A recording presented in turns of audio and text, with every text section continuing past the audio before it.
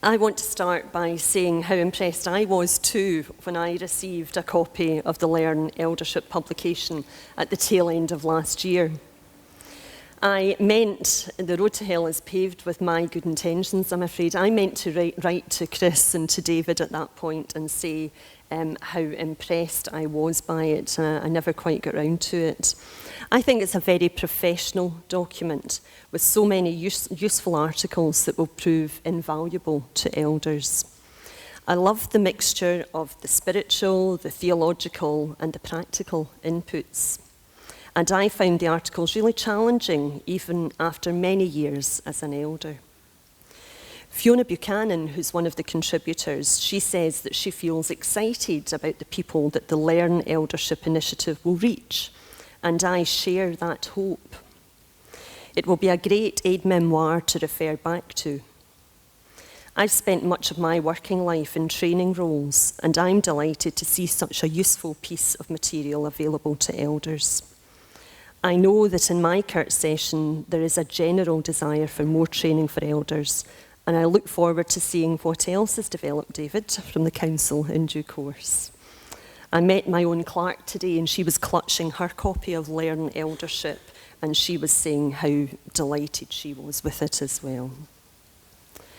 So let me also explain how it comes to be me speaking tonight, one of 32,500 elders, of whom 51% are female. Page 9. I worked for the Ministries Council, as John said, at the church offices in George Street in Edinburgh as a ministry support officer for 5 years until my retirement in July 2014. You can't really say nowadays, of course, that you have retired, since normal retirement age seems to move further and further away from us, doesn't it? But I left in the summer of 2014 to join my husband, who was already very definitely retired.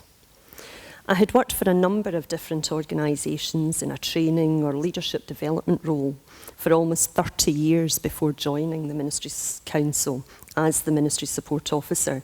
And I had a remit for training there, secular and very definitely not theological.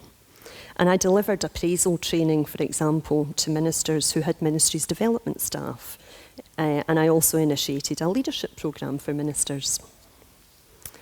For a number of years, I delivered a session on making meetings work at the annual Session Clerks Conference, and David Plews asked if I would shorten my training session into a couple of pages for the Learn Eldership publication, which I duly did. Which does beg the question why it took me 2 hours to deliver the same session at a conference, of course, but lots of chat would be the answer. You're always anxious as a trainer at the start of a training course, but I felt that I had some of the relevant experience to deliver such a training session on meetings. I was ordained as an elder in the Church of Scotland in May 1985, so I've been an elder for 30 years this year, and I've been an active elder for all but 3 of those 30 years.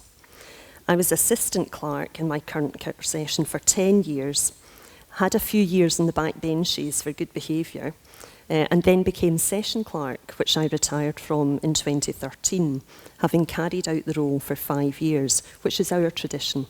So it's not a ball and chain round your ankle when you agree to be the clerk.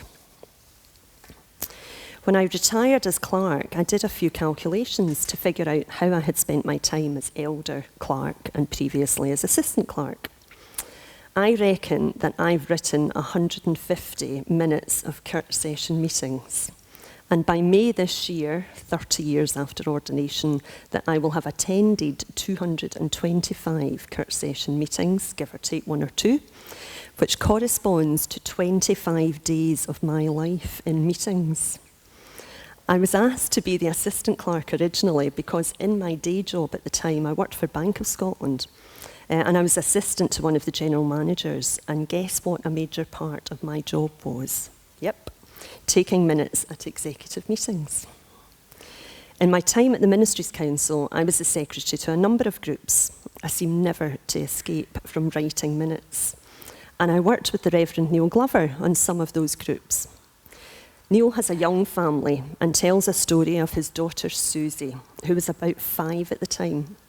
She bounced into her mum and dad's bedroom one Saturday morning, jumped in the bed, and she announced to them that she knew what she wanted to do when she grew up. She's going to attend meetings. So let that be a warning to all you ministers out there. What message are you giving to your poor children? I focused the article in Learn Eldership on the different kinds of people that we elders are at Kirk Session meetings.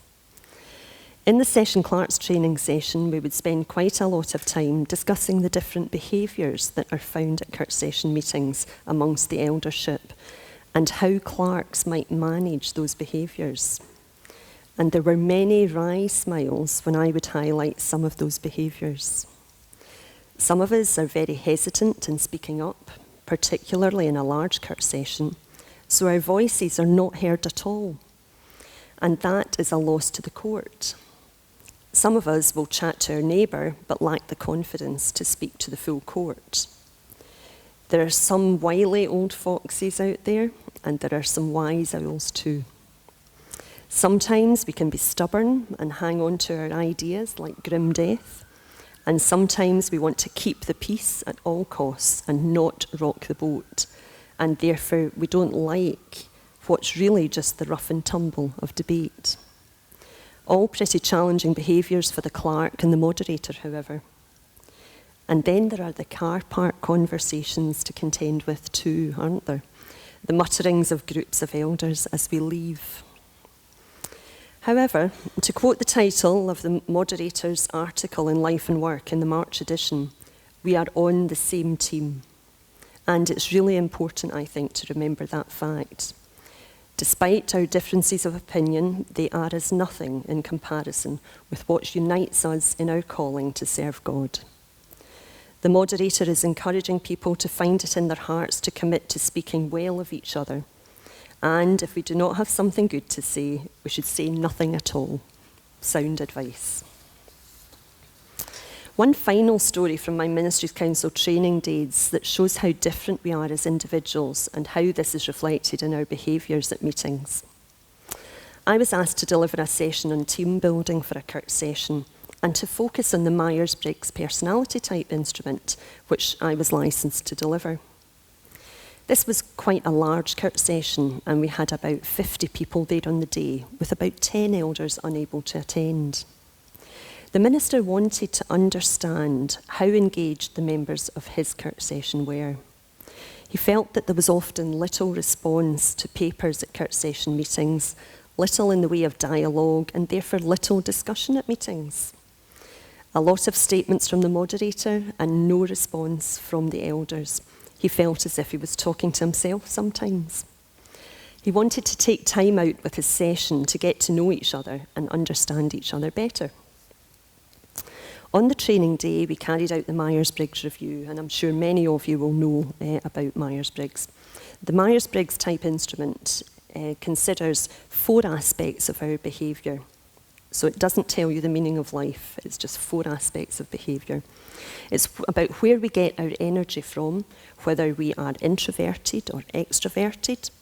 It tells you how we process information, whether we're big picture thinkers or whether we're detail people. It tells how we take our decisions, whether we use logic or whether we're much more emotional and we take decisions with feelings, and how we like to lead our lives, whether we like to be organised, list people, or we go with the flow, we take everything in our stride. It became clear on the day that this group of elders was overwhelmingly introverted, so at least 40 of the 50 were introverts. So introverted people are reflectors, they like time to think and review, they don't act rashly, they don't act quickly, and they can be reserved and quiet, thinking, not talking. The other 10 folk were extroverts, so they like to chat, they think aloud, they get on and do things, they often act before they think. So this understanding of behaviours explained a lot to the ministers, why there was little chat and discussion at meetings, why it always seemed to be the same people talking, basically because it was the 10 extroverts who were doing the talking. That day gave them an understanding of each other, and they drew up an action plan to try to meet the needs of the introverts. So papers were always going to be issued in future well in advance of meetings to give time for consideration. There would be small group discussions at church sessions, sitting round in tables and not in rows.